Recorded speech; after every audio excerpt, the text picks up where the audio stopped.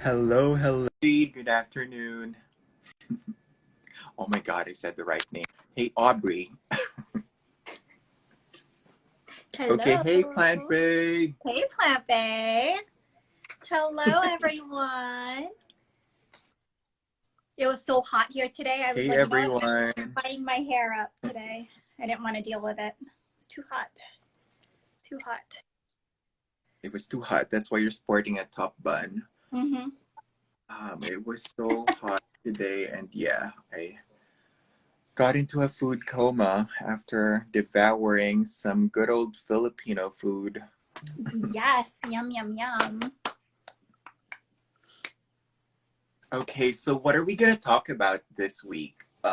Of course, everyone, welcome to Planted with Sai and K, or K and Sai. I'm Cyril. I'm the creator behind Cyril's Hibernated, and I'm taking my socks off as I'm saying that. Okay, go Woo! ahead. And here's my partner. And I'm Kay. I am the plant enthusiast and collector behind In Rooted Love. And this week, we are going to be talking about being planty on a budget. Yes, because Sai and I are probably, he and I know this because we just talk often, but for our Filipinos in here, we're pretty kuripot when it comes to how we spend with plants.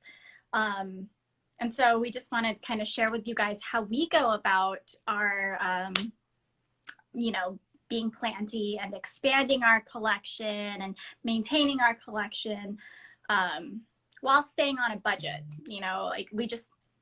I don't like to spend ridiculous amounts on plants, especially like when you have a bigger collection like we do. It's not just plants you're paying for, it's also the maintenance and like all the supplies that go with it. So we'll get into all that today. If you guys have any questions that you think about as we're going through it, down there, there's a little thought bubble with a question mark. Just submit your questions there so that we can see them. And then we'll post them up and answer them as we go along. That way we don't have to scroll and lose them. But all right. So Plebe, tell me, how do you get planty on a budget? Well, I believe it is important to allocate what your plant budget is to begin with. It can be something like a plant budget max that you could spend per plant or collectively for the entire month. Let's say my budget for this month is only X number of dollars. Of course, that's after you budget the rest of your actual household expenses. Yes. I mean, this is a hobby, so we have to remember that there are more important things, especially that would cost us some financial responsibilities that we have to carry out. So the first tip that I always try to remind myself is that I have to have a certain plant budget. When I was starting, I tried not to spend more than $30 to $50 on a single plant, of course. And when you're just starting, you'd be interested on, let's say, the common ones at first. And then I also started doing like, oh, I have a maximum budget of X number of dollars for the entire month. So regardless, I also tried that technique, like regardless of how much I spend on a plant, as long as the total doesn't go over my budget, then that would also work. So that's my first tip. How about you, Plant Bay? So for me, I have a hard number that I never, ever, ever go above for a single plant. I won't disclose it, but I do have that boundary. I have that limit that I set for myself. And it's not because I feel like I would go over that, but it's just like it kind of, keeps me on earth and not chasing after plants that are, sky high prices. And part of that is, one, I need to be financially responsible, right? I've got two kids, my husband and I, we take care of our family, we've got property to take care of. So being financially responsible is the number one thing. As much as I love this hobby, I cannot allow it to snowball into something that, I mean, it can become an addiction. And I always joke, Agree. like, yeah, you know, there are worse things to be addicted to. But I mean, spending responsibly is like, I think is a very important thing to keep in mind. So yes, I have a set number or price that I will never go over for a single plant. And then just like Sai, I also think about, you know, in this month, I think, okay, well, what do we have planned? What, you know, what fun activities do we have that go beyond our usual household budget? Like if we have trips planned or if we have, you know, weekend activities planned. And then from there, I deduce how much I could realistically and very comfortably spend on plants. I will say I don't need to buy plants, right? That's one thing that I really want to stress is that I never have felt like I needed to buy a plant. However, if I wanted to treat myself, wanted, bold, underline, italicize, if I want to treat myself to something new, to a plant, then this is the number for this month, you know, that I will allow myself to spend. And it really, you know, it helps, one, to remain financially responsible, but also to keep my numbers down and like not buy too much that I can't care for it, that I become overwhelmed, and that, you know, the last thing I want is to buy a plant and then it dies because I can't give it the, you know, the care and like the environment that it needs.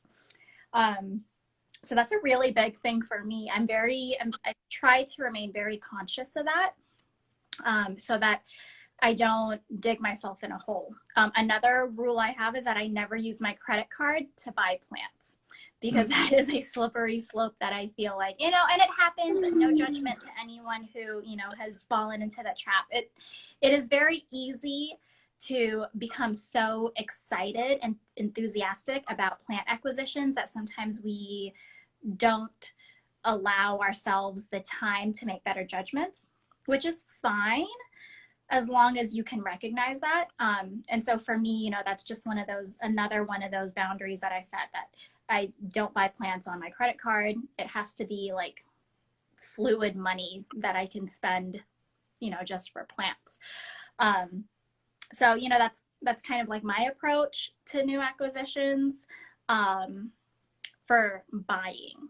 But there are also other ways to acquire plants, I think, and there are, you know, something that Sai and I have shared between each other over the years that we've been friends and collecting is cultivating true friendships, and not to, we did not become friends to trade plants, right? So we became friends first. yes, you know, something had, you know, pulled us together. We were gravitated towards each other's energy, toward each other's character and personality. And from there, we formed, you know, a true friendship that I think goes beyond Instagram. Like, Sai and I don't know each other in person in real life, but we have cultivated this beautiful friendship where, you know, we have become actual friends, and now we share plants with each other and we trade, and, you know, it's just one of those beautiful things. And it's just, you know, it's something that, like, sometimes I feel like people are targeted to be friends because they have the it plants and they want to ultimately trade. And, you know, to that, I say, just be mindful that the person on the other side of the phone, the person on the other side of Instagram is a real person like you are. And I think it's far more valuable to just, you know, cultivate these true friendships. And if trades and sharing come out of it, then I think that's just a great bonus. So, you know, that's just one of my favorite things about this community. I think I could probably count on one hand how many Instagram friends I've actually met in real life. But there are definitely more. You California people can see each other all the time. You guys are so cool. I'm all the way over here. But, you know, I have a handful of true friends that, you know, were just at one point just virtual friends or just Instagram friends who, I mean, Sai knows, you know, intimate facts about my family that, you know, he and I share with each other because that's what we are. We're friends. So I think it's just a beautiful way of, like, you know, just sharing our love of plants with each other and just our hobby. And, you know, like I said, a bonus of that is we share plants with each other. So, yeah, that's my Agree. little. Okay. Thank you, Plant Bay. And I agree. I mean, other people might be strategic or look into building relationships on a business side, I guess, but Mhm. it just, you know, is natural for people who have the same hobbies and interests to find this special connection. And, you know, when you have a certain plant, I have a certain plant, or we grow them out and we can snip a cutting or two, and it's just cheaper that way. We could trade without practically doing an additional expense on both our ends, and we also get to acquire a new plant that's not part of our collection. So I just learned that because I've hosted this live that, you know, people have been using our question sticker, but I'm not able to flash them on the screen. So Yeah, first of so all, I want, when we have badges, it won't yeah, post. yeah. We're And speaking of fix this badges, Instagram. yeah. Speaking of badges, I wanted to say thank you to Succulent's Truck. Thank you for buying a badge. And she does have a question, which is very interesting. Can a particular plant be considered an investment if found at the right time and at the right price? So what do you I think about that, Plant? 100% think yes. Um, Mm-hmm. yes, absolutely. Especially if, well, it depends on how you want to attack it, right? Like if you want to start growing and cultivating plants, then absolutely there are plants that, you know, if you buy it at the right time, at the right price, and you propagate, you cultivate, and then you're able to share them at, you know, a reasonable cost. And absolutely, I think it's an investment. Um, but you know, as a hobbyist, I I do this all the time. Like I try to propagate in order to make back what I spent. So I'm not necessarily looking for a profit. You know, I don't want to make a ton of money selling plants, but when some of my plants, particularly my Hoyas, when they come at, you know, a maturity where I feel comfortable chopping and propping, I do like to sell cuttings or starts here and there. And you can look at it as an investment, I guess. But for me, it's just, I'm just trying to break even. And if, you know, my way of doing that is being able to, you know, sell the plant or the cutting at a budget friendly price, then yes. But yeah, I Yes. 100% think that yes, if you buy a plant at a certain price, and you're going about it not the price gouging route, then it is 100% an investment. I think so, yes. Yeah, I agree. And speaking of investment, another way or another hack to grow your collection on a budget is actually starting from cuttings instead Mhm. of buying the established, big, usually expensive specimens or plants.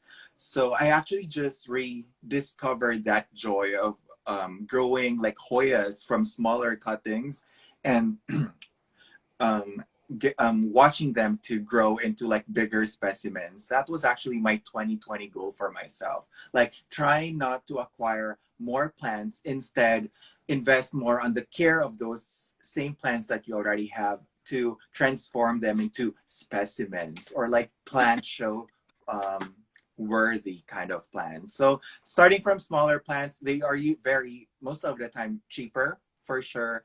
Of course, you will invest a lot of care and emotional attachment while you're nurturing the plant to become something greater. But that's definitely how I acquired a lot of my plants. They were like itty bitty tiny cuttings a few years ago. And it's so fulfilling to post progress shots after they turn into a real full Yeah. plant after some time. Oh, absolutely. I 100% agree.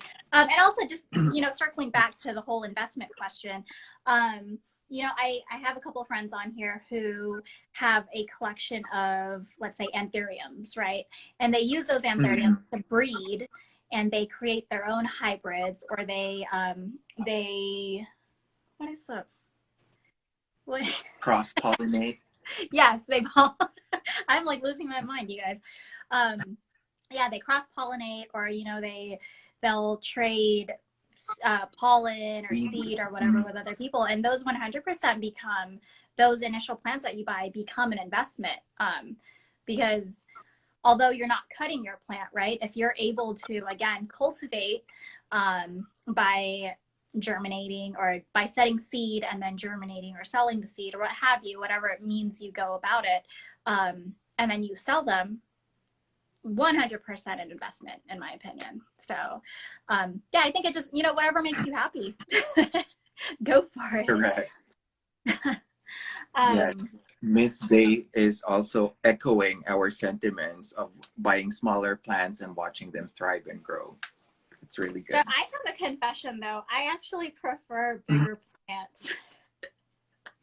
And I used to as well. But when the prices got more expensive Yeah. and I just saw smaller plants, I'm like, you know what? This is something new. And let me try this not sad, but like small, fragile plant.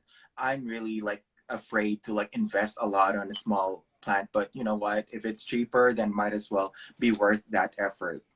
Yeah, for sure. Okay. I have an affinity towards platters. So, that's just one of those things for me. And there's certain plants where, like, yes, a cutting would totally suffice for me, especially with Hoyas, because my Hoya wall I try to keep smaller. But there are other plants like my compactas where I feel like I would rather. So, okay, so here it touches on to like our next point is waiting for the right plant, right? So being patient 100% I think pays off in the end. So I really, really, really wanted platters of the different Hoya compactas, inner variegated, outer variegated, and the green.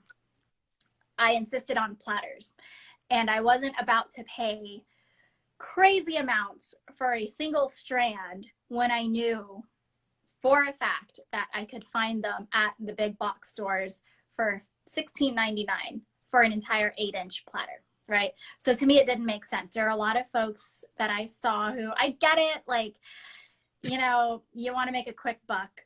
Okay, but I'm not going to bite the bait. So, I would see folks like finding these beautiful baskets and then tearing them apart and then selling a single strand for like copious amounts. And to me, it wasn't worth it because I knew that if I was patient enough, I would be able to find it. And sure enough, I came across here locally these big baskets of the outer variegated. I knew Cy was looking for one, and I was like, well, shoot, like, yeah. So I got one for myself, and then 2 other friends who I knew were looking for it, grabbed it for them. I kid you guys, like, I kid you not, there were about 20 baskets when I found these. But the point of this is being patient definitely pays off, because rather than paying $60 for a single strand that I'll have to chop and prop forever, I just waited a year or 2 and I was able to buy, an 8-inch basket for $16.99. And I think even, when I shipped it to site, even after shipping, I think it was still worth paying whatever it was for the entire basket than for one small strand. So patience, guys. Wait for the right plant. If it seems like it's too much for you, then it probably isn't the right one for you yet. I always tell myself that, like, if I can't afford it now, or if I can't afford it but it's not there when I go to get it, then it wasn't meant to be. And I just, keep my eyes and ears open, and when one becomes available and the stars align, boom, that's when I get it. So that's kind of like where I'm sitting right now with like Anthurium luxurians. The prices are ridiculous right now. And even with the red crystallinum, I want them really bad, but I'm also not going to spend $600 to $800 on a single plant. That's just ridiculous in my opinion. I don't care how rare or unusual a plant is. No single plant is worth that much in my opinion. So I'll just wait. And one day, I think the right one will present itself to me, and whether that be by purchase, by trade, by combination, or whatever, that will be the time that I get it. So Agree. And speaking of waiting for the right moment and the right plant, another tip that I have is saving your searches, be it on eBay, Etsy, or other websites like turning on their notifications when they have your dream plant in stock. That really helps. Um, for example, I would say like I'm looking for a particular potato plant. So I would look it up on eBay. I would search the keyword, see what are the current listings. I will save it so that well, you actually get a notification every day. If or whenever a new listing is, Mhm. up on that same keyword, then at least that way you will have a feeling of, okay, how much is this selling for? How available is it right now? And should I grab it? Should I not grab it? And the more that I notice that a plant always pops up left and right, and I'm not comfortable to spend on that price yet, then it gives me like that assurance, like, oh, okay, I can wait. Yeah. It's not priced decent enough for my price range just yet. So that's also a tip for you to find your dream plants on a budget. Like basically scouring the internet, comparing different search engines and websites, and just trying to find the best deal. And you could also do that on Facebook. I mean, Facebook Mhm. groups don't have their control when it comes to pricing because there's a lot of individual sellers. I mean, you and I know about that. We've been part of all these different genus of Facebook groups. But I guess visibility, even if you don't want to buy plans on them, visibility to see how much the market price is at the moment also helps so that you know, like, oh, how rare are actually these to come by. If all these rare plants are being sold by everyone, then apparently they're very much available and they should be Right. priced at a certain way. Yeah, that's actually a really great point that you made. Just monitoring the internet, Mm-hmm. whether it's Facebook, eBay, or even like Etsy, and some of these bigger sellers that we know of, just monitor like the availability and the pricing, right? And just kind of make these mental notes or even write it down if you want to keep like a Yeah. spreadsheet of what you're finding. And that really helps you to realize like, is the price point really fair for what they're asking? Is it rare? Is it really as uncommon as it's being titled as? I mean, I see a lot of pink princesses being titled as rare pink princess, but I'm like, is it really though? Like, I see pink princesses being sold left and right, and I know that the price slides left and right depending on like the variegation. I Mm-hmm. I agree with that. But is it rare? No, maybe not. If the availability is there, then it really helps you gauge like, okay, for me, what am I comfortable with spending? I know that Yeah. the prices range from X to Z. Where's my comfort zone here? And at what point am I going to be okay with, okay, I'm going to buy it at that price point. So it's just that, that actually was a really great point. Just do your research and monitor. Just be patient. Watch it first. Watch the market, because definitely there are certain plants there that are sold as rare, and I'm like, it. I don't know if it should be priced that much when I search on eBay and I see like 20 other listings.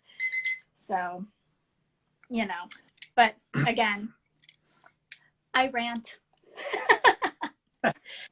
um, um, Yeah, and maybe my last tip would be just trying to find what is available locally first. Because without shipping, I mean, not everyone could offer free shipping. I mean, we're talking about eliminating potential stress on your plant. If it's sourced locally, you could just like pick it up and have that instant gratification that you actually bought the plant in person. You were able to inspect it, compare it to what other plants were on stock, and most likely, if you find them locally, they have a potential to be cheaper than what's posted online. So that's also like a plant buying tip yeah.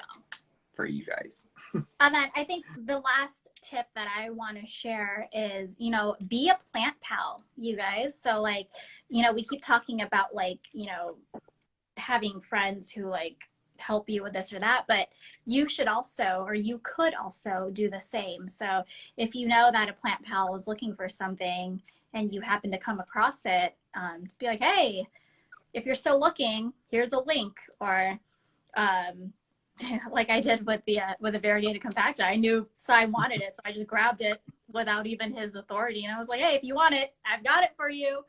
If not, then someone will want it. Yes, But you for know, sure. like, yeah. But you know, the exchanges are a two-way thing, right? Like, Mhm. definitely, you know, be a plant pal. If you see a good deal on something that somebody's looking for, like, let them know.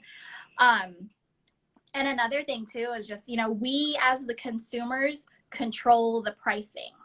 I know it Yeah. doesn't feel like it at times, especially right now when certain plants are so expensive, but we control that. The reason prices went as high as they did is because we were buying at those high price points. When we as a collective community stop spending ridiculous amounts on plants, the inventory goes up, growers don't have the space to keep them, the prices come back down. So, you know, I think it's just something, part of being, you know, budget friendly while you're being planty is just being, you know, aware that I know that Thai constellations are super, super gorgeous, but to pay the flipper prices for them, you guys, is not worth it. Just be patient and they'll come. Same with, you know, just all these other plants that I think the prices will come down eventually. We as a community just have to, you know, not be okay with spending those prices, if that makes sense. But by all Correct. means, if you want to, I'm not here to tell you how to spend your money. If you want to spend $2,000 Mhm. on a plant, by all means, go for it. Like, that, that's not my business. But you know, the point I'm trying to make is that how we acquire plants and how much we spend on them and how much we're willing to buy them at directly affects what the current market value, okay, not the plant value, but the market value of the plants. I mean, I truly believe that. I do, because we all saw what happened with Hoyas. They went, Mhm. but Hoyas are also the easiest plants to like propagate, so I never understood that. Correct. So I don't know. Do y'all have any more questions for us? Oh my God, plants can't. I wouldn't be. Yeah. Oh yeah, Well, so we have Mr. Capillary Action here. He did have a good experience with a local swap from a FB plant group, so that's good. Of course, you just have to always practice to be vigilant. You can't vet all these people that are on the same group as you. I mean, you could check their reviews. There are groups that also rate sellers and put their experiences or their reviews based on the trade or the purchase. So you could also refer to that.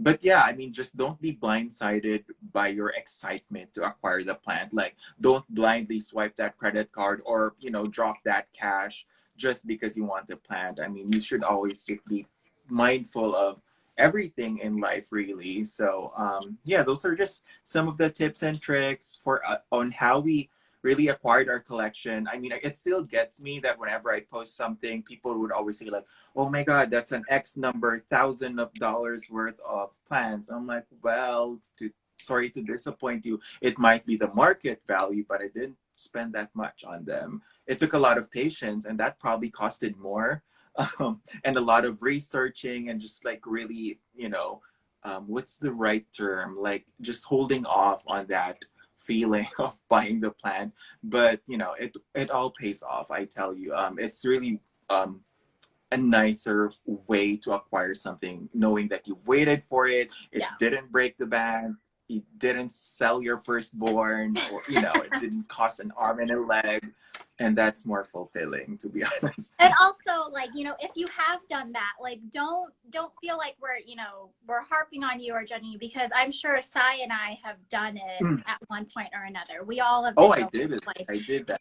yeah, you know, just being so excited about a plant and just, you know, being so enthusiastic about, you know, starting your plant collecting journey that sometimes we just allow ourselves to make those hasty decisions, and it happens. It's, you know, it's fine.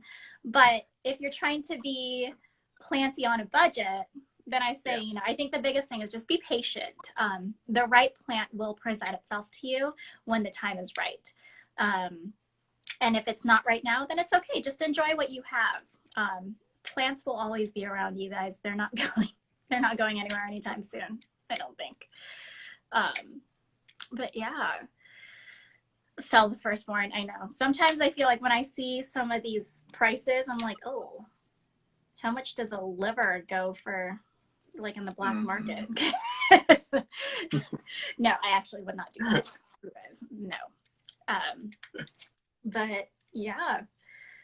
So I think that's it for tonight, right? Just a quick rundown on how to be planty on a budget. If you guys have any more questions at all in your team replay, or you have any valuable tips to share, definitely add them in the comments below. We're all about sharing here. So yes, thank you all so much. Stay tuned for next week's topic. Thank you. Good night. Good night.